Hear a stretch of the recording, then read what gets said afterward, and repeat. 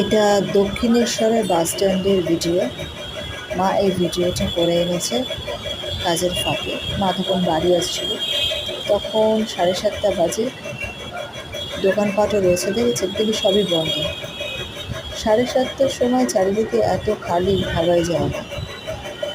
মানে বাইরের বাজারঘাটের বিজনেসের এমন পরিস্থিতি, লোকজন কম, বিক্রি বাট্টা নেই, সেরকম ভিড়ও নেই, খুব খারাপ অবস্থা। শুধু এখানে না, সব জায়গাতেই নাকি বিজনেস এখন এরকমই চলছে। চারিদিকে যে অবস্থা, যুদ্ধ বিগ্রহ, তারপরে আবার করোনা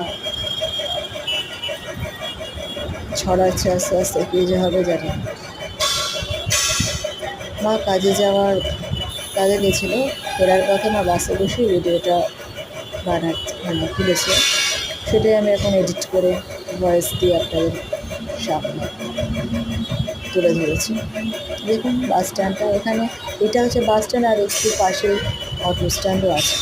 যেমন একটা মানুষ, দুটো মানুষ, এরকমই দেখাচ্ছে। এইরকম ফাঁকা আমি এর আগে কোনোদিনও দেখিনি। প্রচুর গেছি আমি দক্ষিণেশ্বর, প্রায় সবসময় যাই। এসব জায়গায় পুরো লাইন থাকে, লাইন মানুষের লাইন। দেখে মনে হচ্ছে না কত রাত হয়ে গেছে, কিন্তু এটা মোটেই রাত না। এটা সবে মাত্র 7:30টার ছবি। তবে হ্যাঁ, বৃষ্টি হচ্ছিল প্রায়, আজকাল বৃষ্টি হচ্ছে কম বেশি, কিন্তু তবুও বৃষ্টি তো এর আগেও হতো। এরকম পরিস্থিতি, এরকম ফাঁকা বাজার কখনো দেখা যায় না। মানে ফাঁকা, মানে সত্যি ফাঁকা দেখা যায় না। এত ফাঁকা কি বলবো, চারিদিকে শুধু ফাঁকা ফাঁকা। ওটাই মা বোঝানোর চেষ্টা করেছে আর কি। কত গাড়ি দাঁড়িয়ে রয়েছে, তখন এখানে প্রচুর গাড়ি পার্ক করা থাকে। পার্কে জায়গা ছিল অনেকটা জায়গা, তো বাস স্ট্যান্ডটা খুব বড়, অনেকটা জায়গা না।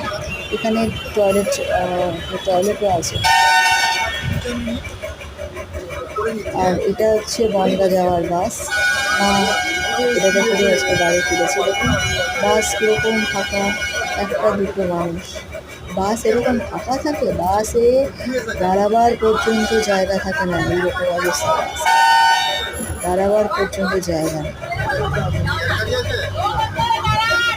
আর এরকম বাস ফাঁকা, ভাবাই যায় না। আমিও তো দেখে অবাক হয়েছি। মানে দাঁড়িয়ে দাঁড়িয়ে এক সময় বাড়ি গেছি, বাড়ি যেতে অনেক সময় লাগে, দাঁড়িয়ে দাঁড়িয়ে যেতে হয়, কী বলবো।